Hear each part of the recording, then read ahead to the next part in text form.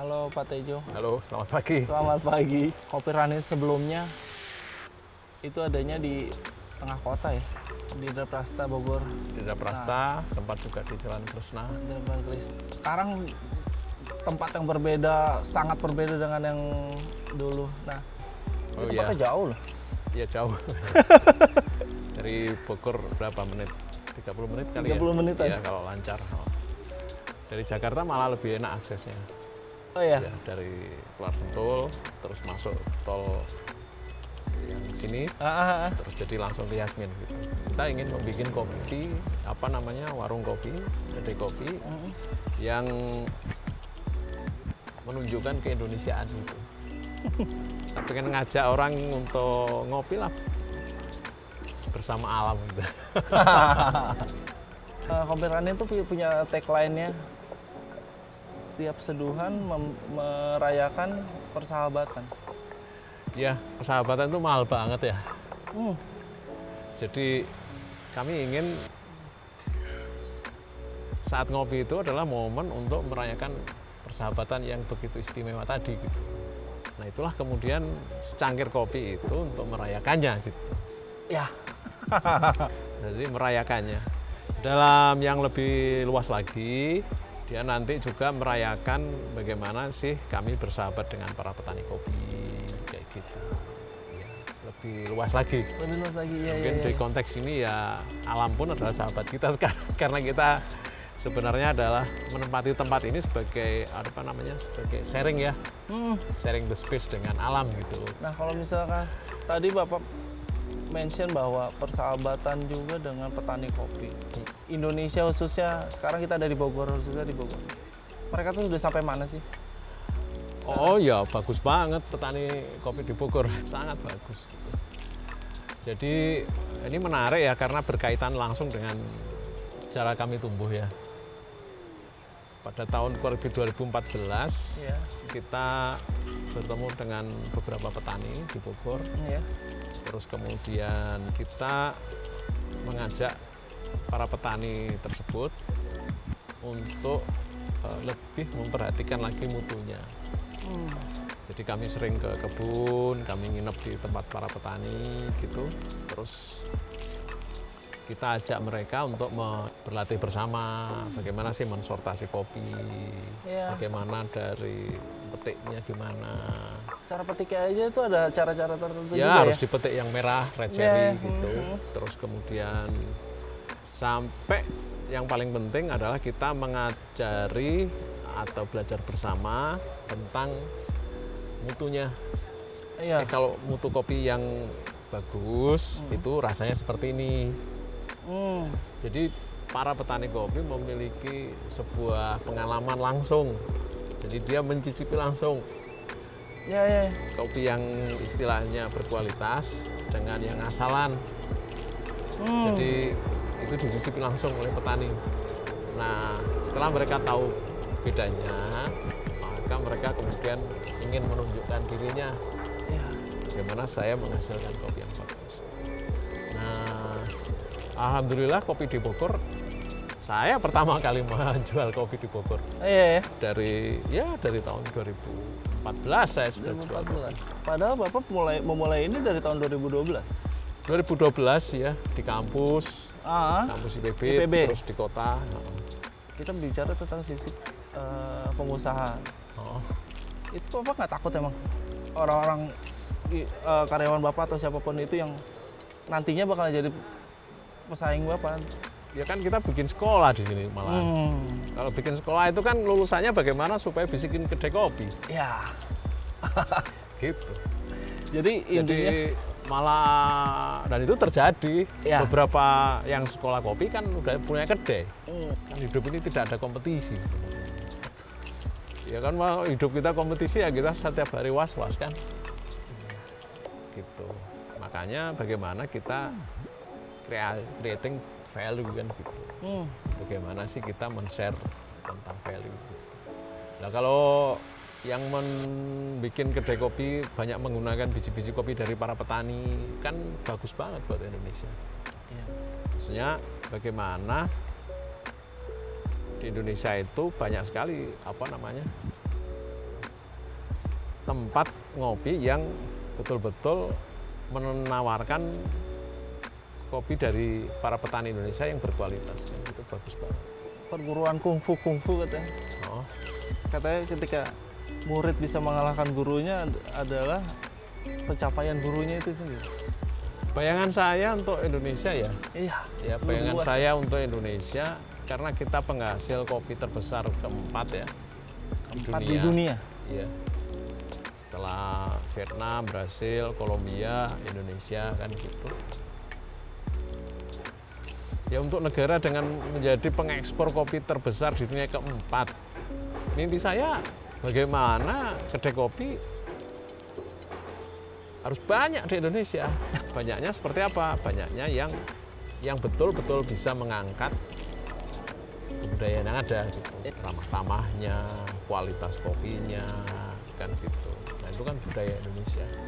Ya, memang Sangat harus, Indonesia. ya memang harus ke sana, gitu.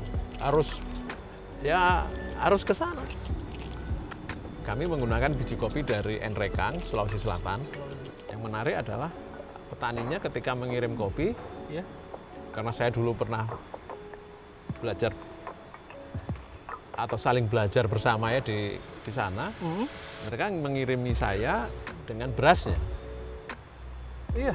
Ya, dengan beras dari kebun beras Huma, karena kan tempatnya tinggi itu kebun-kebun kopi. Iya. Nah, padi-padi mereka itu padi-padi Huma. Iya. Dan itu buat mereka adalah padi yang terbaik. Pulut Mandoti namanya. Nah, padi itu harganya mahal sekali. Nah, kenapa saya sebut tadi mengangkat kebudayaan? Ketika kami dikirim itu, ya itu juga yang kami serve untuk para pelanggan kami di sini. Ya. Nah, artinya kita ikut mengangkat namanya kebudayaan pangan yang ada di sana gitu. Kapan lagi orang Indonesia merasakan itu? Nah, termasuk kami juga selalu menu-menu kami itu menu-menu dari daerah-daerah, dari tempat para petaninya. Kadang kami bikin menu ikan sale dari Mandailing. Itu ada tiap saat atau hanya saya berubah-ubah? Terus ya, berinovasi berarti? Ya bukan berinovasi, ada kiriman dari Mandailing kita bikin itu. Karena kita terlalu kaya ya. Betul. Indonesia terlalu kaya. Iya. Nah, itu yang kemudian mengajak kami ya. Jadi karena mendapatkan mitra petani langsung yang menjadi sahabat kami. Karena kopi yang kami pakai itu kan selalu berasal dari dari keluarga petani. Kami datang ke sana, terus kemudian kita ikut sharing lah pengetahuan yang kami miliki, sehingga kopi mereka kemudian bisa jauh berkelipat lagi lebih enak gitu. Melalui proses peningkatan mutu gitu. Nah, selama proses itu kan kami tinggal di sana. Nah, otomatis kan kami istilahnya itu sharing. mendapat paparan kebudayaan mereka. Iya. Nah, dari situlah kemudian kepikir bahwa kami kedai kopi adalah tempat untuk bisa ikut menampilkan kebudayaan para petani itu. Kan menarik buat Di sini kita udah lihat suasananya. Suasananya lebih asri, lebih terbuka. Iya. Dan di sini saya juga ngelihat beberapa ada pohon kopi itu bagian dari edukasi atau emang cukup ya udah ada aja. Oh, itu lebih lah dari itu. Iya. Ada pengunjung kami dari Eropa Timur, dari Kroasia, ada pengunjung kami dari Jepang, dari Australia. Itu adalah momen pertama mereka ketemu pohon kopi. Gitu. Jadi mereka bisa memegangnya gitu loh. Mereka bisa foto di situ. Mereka tahu, oh ini toh Arabica, oh ini toh Robusta gitu. Nah, itu di negerinya tidak ada tanaman kopi. Mereka bahkan tidak tahu pohon kopi itu seperti apa. Nggak yakin itu orang dari Italia itu tahu kopi. Meskipun dunia dibentuk peradabannya dengan espresso dan cappuccino. Oh, iya, itu dari Italia. Iya. Tapi mereka nggak tahu pohon kopi seperti apa. Gitu. Nah, di sini kan anak-anak jadi tahu. Anak-anak kecil yang ke sini jadi tahu, oh ini toh pohon Arabica, oh ini toh Robusta. Itu sangat mengajak untuk kita ya bersahabat dengan kopi sekalian. Nah, di dunia kopi emang jenis-jenisnya kan berbeda-beda, ada Arabica, ada Robusta dan lain-lain. Di dunia kopi itu inovasi itu seperti apa sih? Yang pertama adalah sebenarnya tantangannya adalah bagaimana membuat satu kopinya itu berkualitas. Tantangan di situ aja itu sudah, kalau kita udah bisa kerjakan udah bagus banget. Gitu. Karena kita kaya tapi banyak kopi-kopi itu masih belum diproses dengan baik. Itu udah inovasi besar. Ya, inovasi yang lain adalah dalam proses tadi kita mengangkat para petaninya. Itulah itu bagian inovasi. dari inovasi. Iya. Ya. Jadi inovasi tidak harus bersifat teknologi, misalnya pakai mesin kopi apa gitu, nggak harus ke sana. Kalau kita pakai misalkan mesin kopi kan ujungnya keluarnya tetap espresso juga. Tapi yang jauh lebih penting adalah bagaimana kita bisa mengangkat, ya kan, inovasi dalam hal kebudayaannya. Inovasi dalam kebudayaan itu luas. Misalkan bagaimana mengangkat kembali arsitektur vernakular yang kita miliki. Oh, Toraja seperti ini. Oh, Batak seperti ini. Itu kan sumber-sumber kopi. Jawa gini, Indonesia Timur begini, Papua begini. Nah, itu kan dapat exposure. Nah, itu kan inovasi dalam proses bisnis ya maksudnya. Gitu. Nah, itu kan menarik banget. Nah, itu kan bisa ditampilkan. Gitu. Inovasi lagi dari pakaian, motif-motif yang mereka miliki. Kan Toraja memiliki motif khusus. Ya kan nanti di Sumatera Barat ada motifnya baru lagi. Ya kan? Nah, mereka bisa ditampilkan melalui kopi. Kopi sebagai dutanya kan bagus. Indonesia punya kopi-kopi terbaik. Nah, tapi juga ada kopi-kopi dari luar negeri itu masih ada yang impor itu masih ada kan? Gimana pesaing terberatnya kopi di Indonesia tuh dari mana dan kenapa sih, Pak? Wah ya, kalau di dunia kopi itu kan sebenarnya nggak ada persaingan. Kalau kemudian cita rasa kopinya memiliki ciri khas dan itu khas Indonesia ya khas seperti ini. Dia sangat berbeda dengan Ethiopia, sangat berbeda dengan Amerika Latin, bahkan di Asia pun memiliki perbedaan kan gitu. Dan kita cara cita rasa kan dilelang dari zaman Belanda 1600 berapa ya itu 1711 itu sudah menang auction di Amsterdam Indonesia. Dan sampai sekarang juga skor-skor kopi tinggi juga dari Indonesia. Jadi kalau dari cita rasanya nggak ada masalah. Nggak ada masalah ya? Iya, yang menjadi masalah kan dagangnya. Gimana cara menjualnya? Nah, cara menjualnya adalah mengangkat kebudayaannya. Itu yang bikin kopi Indonesia lebih kaya ya? Itu yang hari ini belum digarap secara optimal. Gitu. Harus diangkat kebudayaannya gitu. Misalkan kopi dari Indonesia itu ditanam dengan pola penanaman kopi yang tipikal Indonesia. Ya. Kan itu dimix dengan beberapa tanaman peneduhnya. Ya, kayak sebelahnya jarak berapa gitu-gitu. Ya, ada tanaman pelindungnya kan. Dan itu kan tanaman-tanaman yang endemik di Indonesia, khas, hutannya khas kan gitu. Nah, itu harus didorong promosi tentang cara bertanamnya itu. Karena value-nya di situ. Ya. Value-nya apa? Oh, kita ikut save the planet loh kan gitu. Ya. Kita ikut memproteksi hutan. Bagaimana hutan supaya jangan ditebang tapi justru ditanamin lagi kan gitu. Nah, aspek-aspek itu salah satu yang kita angkat kebudayaannya itu. Negara punya andil nggak sih untuk industri kopi Indonesia? Ya, iya dong. Salah satu yang paling besar hari ini adalah perhutanan sosial misalnya. Nah, perhutanan sosial itu memberikan akses pada para petani di daerah terpencil ya, Iya, di iya. pinggir hutan maksud saya. Iya, iya. Itu untuk bertanam kopi. Dan diakui haknya selama berapa? 35 tahun untuk berbagi dengan perhutani gitu. Nah, itu kan kontribusi besar. Gitu. Artinya lahan-lahan tadi bisa dipakai untuk produksi kopi. Nah, sisi lain adalah tentu di aspek di aspek promosi kebudayaan kalau kita ekspor ya. Iya. Itu salah satunya yang di perhutani itu yang di Puncak 2 itu. Di Puncak ya ada, dan di beberapa tempat lain banyak. Gitu, di Indonesia lah. Di Bogor ada.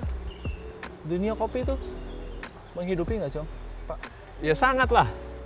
Ada banyak manfaat yang kami rasakan Ya. dengan berkreasi di kopi. Tidak melulu masalah uang, tidak melulu masalah ekonomi. Oh tidak. Ya saya mendapat kesempatan misalnya untuk sharing pengetahuan dan keterampilan ya Iya. di dunia kopi dengan para petani-petani misalnya di Toba. Nah, habis sharing itu saya mendapatkan mendapatkan suplai kopi dari sana yang terbaik. Artinya apa? Artinya dia bisa membeli kopi dari para petani sekitarnya dengan harga lebih baik lagi. Kan itu kan dirasakan banyak lagi orang. Iya, lebih luas lagi. Gitu. Nah, ketika misalkan yang menarik kan di Bogor, waktu kita mulai pertama bisnis kopi kan kebutuhan sedikit. Ya. Ketika kualitasnya menaik, Ya. ya sedikit waktu itu. Tapi ketika kualitasnya kemudian menjadi lebih bagus, bukan hanya saya, kan banyak tempat lain yang juga mengambil kopi dari sana. Dan bayangkan hari ini jadi satu kampung kopi. Termasuk yang menarik adalah ketika kami di sini, Iya. ya kan, wah saya sangat senang sekali karena kita bisa mengangkat pedesaan itu menjadi destinasi. Destinasi wisata desa. kopi. Iya, kan kita di desa. Iya. Gitu. Nah, bayangkan dulu orang berpikir orang desa harus ke kota supaya berbudaya kan gitu. Nah, sekarang kan ya bayangkan orang dari Jakarta, dari Bandung, dari Depok, pada pengen ke sini kan gitu. Artinya apa? Desa kita posisikan menjadi destinasi kan gitu. Ya otomatis kan ada manfaat untuk kita beli singkong juga dari desa. Ya. Kita beli pisang juga dari sini gitu, termasuk kawan-kawan semua yang bekerja kan gitu. Nah itu kan itu kan hal positif banget gitu. Iya. Apakah itu yang membuat Pak Tejo ini disebut sebagai salah satu tokoh sociopreneur? Saya Setuju nggak sih disebut itu? Ya saya nggak mau mempredikati diri saya dengan apa-apa ya. Tapi kan dari awal kita memang berpikir bagaimana sih apa yang kita kerjakan itu memberikan hal baik gitu. Untuk lingkungan. Untuk lingkungan ya. Gitu. Dan itu di kopi bisa, tidak perlu, istilahnya gini, menarik itu kan kalau kita bicara tentang sociopreneur ya. Iya. Sociopreneur itu tidak harus dilakukan oleh sebuah perusahaan besar. Itu bisa dilakukan melalui sebuah gagasan besar. Ya. Gagasan besar itu tinggal menjadi gagasan kalau tidak dimulai dengan hal yang kecil. Hal kecil awalnya ngopi dulu berarti. Hal kecil awalnya ngopi. Ya. Ngopi. Ya. Terus kemudian pemikiran. Ya, pemikiran, terus kemudian mulai dirintis, dikerjakan. Bertemu dengan petaninya, impian tentang kedainya seperti apa, kalau kedainya seperti ini manfaatnya apa, kan gitu. Dulu Pak Tejo pas mulai rumah kopi Ranin itu punya target gak sih? Waktu dulu ya, kita bicara tentang 2012 dulu. Enggak. Kamu punya target? Enggak. Orang aja nggak pada lewat sini kan mau target apa? Orang di sini aja nggak ada listrik. Listrik dari mana ini? Ya akhirnya kan kita harus bikin mengadakan listrik ya, menarik tempatnya. Orang di sini dulu tempat sampah kok. Mau target apa? Tempat sampah yang disulap jadi destinasi wisata desa yang menarik ya. Nah, hal-hal yang semacam itulah yang kemudian artinya setelah sekian lama perjalanan itu kemudian kita menyadari bahwa banyak sebenarnya anugerah yang kita miliki yang selama ini tidak kita lihat gitu loh. Anugerah tadi itu seringkali tidak kita lihat karena kita melihatnya keluar terus kan. Iya. Jauh lihat keluar padahal di sebelah sini ada yang bisa dimanfaatkan gitu ya. Iya, kita punya sungai misalnya. Selama ini ya kita buang sampah ke sungai. Iya. Padahal ngopi di dekat sungai enak kan gitu. Iya, itu dia. Ya kan? Terus kita punya kebun. Ah. Udah dibiarin aja kan gitu. Padahal ngopi di kebun menyenangkan kan gitu. Sangat menyenangkan. Ya kan? Nah, hal-hal semacam itulah. Jadi kita lihat bersosiopreneur ya. Itu kan sebenarnya lebih ke dalam. Iya. Ke dalam itu adalah supaya mengajak orang lain untuk merasakan manfaat-manfaat tadi. Di sini kita udah lihat suasananya. Suasananya lebih asri, lebih terbuka. Gitu. Oke, kalau gitu kita bicara tentang outdoor, boleh nggak sih saya eksplor tempat ini dan saya pengen tahu Ayo, itu ada apa aja. Silahkan. Mari. Oke.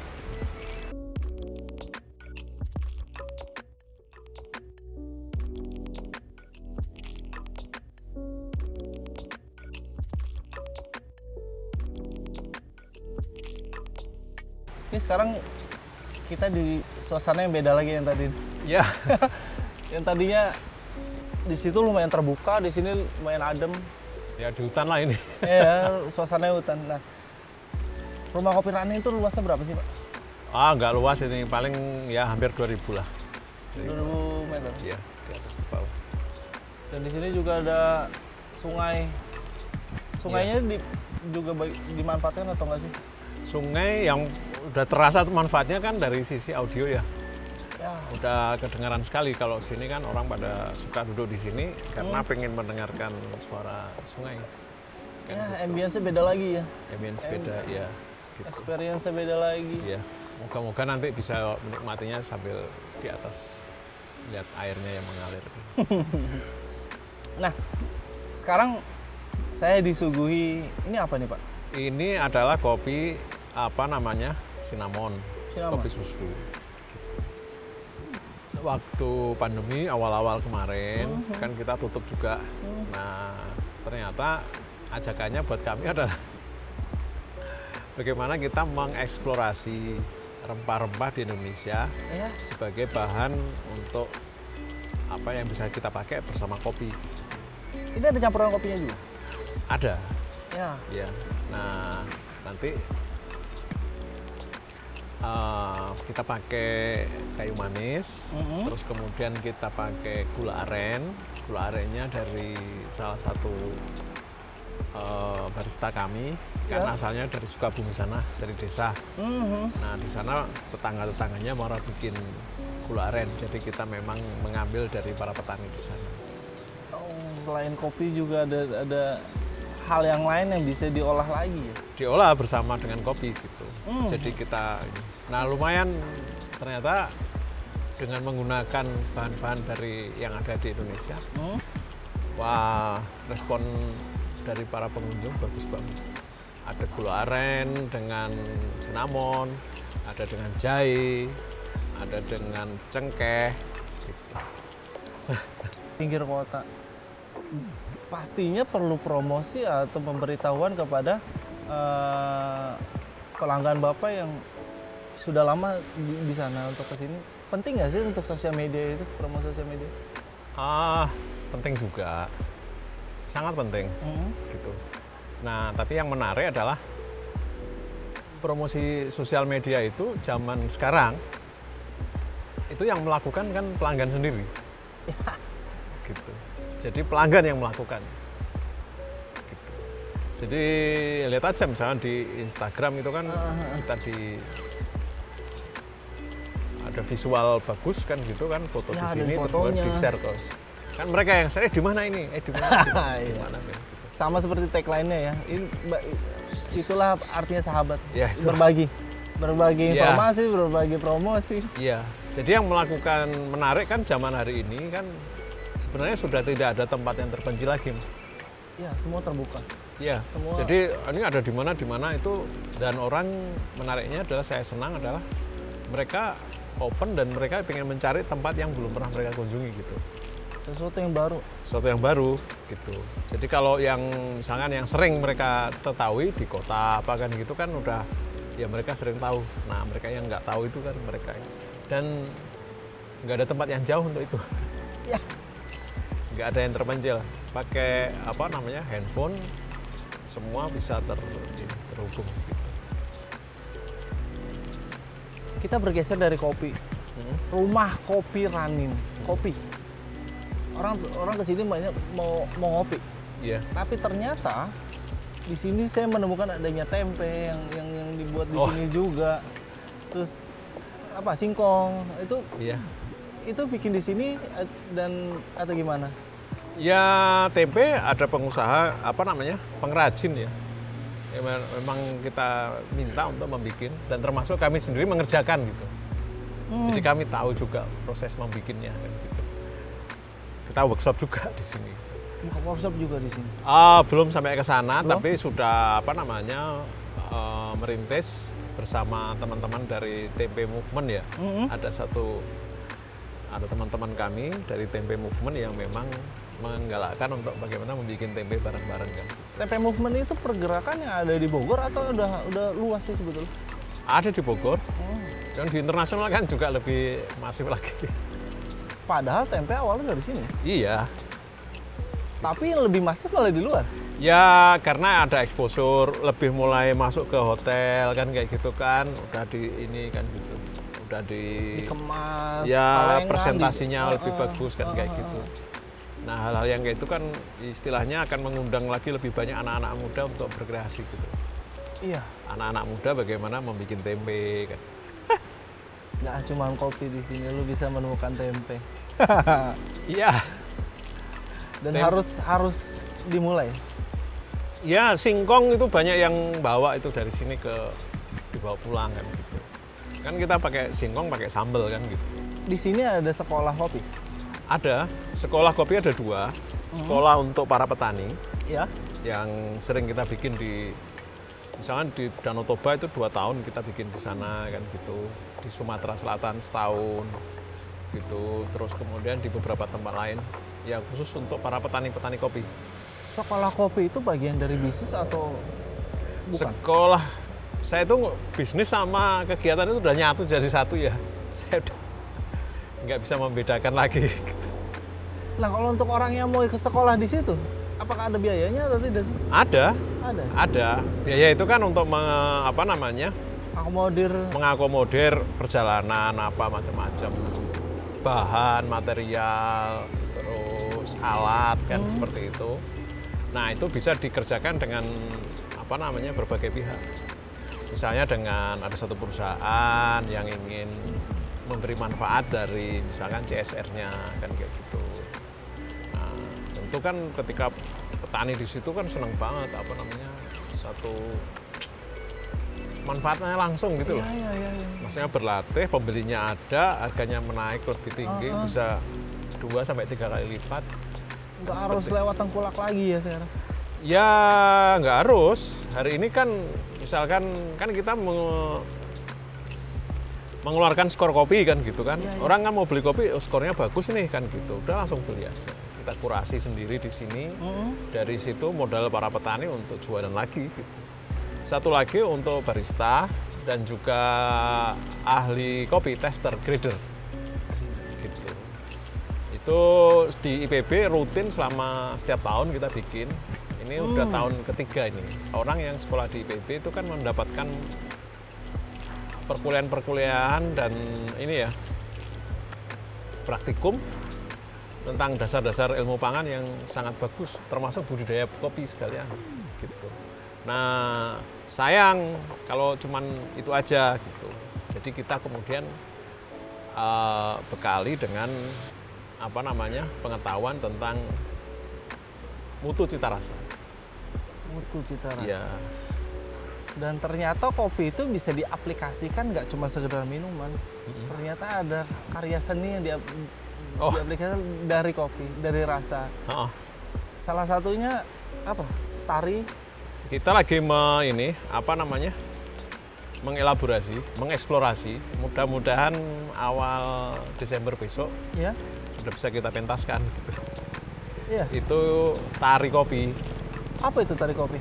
Ya bagaimana sih dari kegiatan yang saya ceritakan tentang kopi tadi, kemudian diekspresikan secara gerak gitu. Ya. Secara gerak kan gitu. Nah, yang kemudian ya kan ekspresinya ekspresi rasa.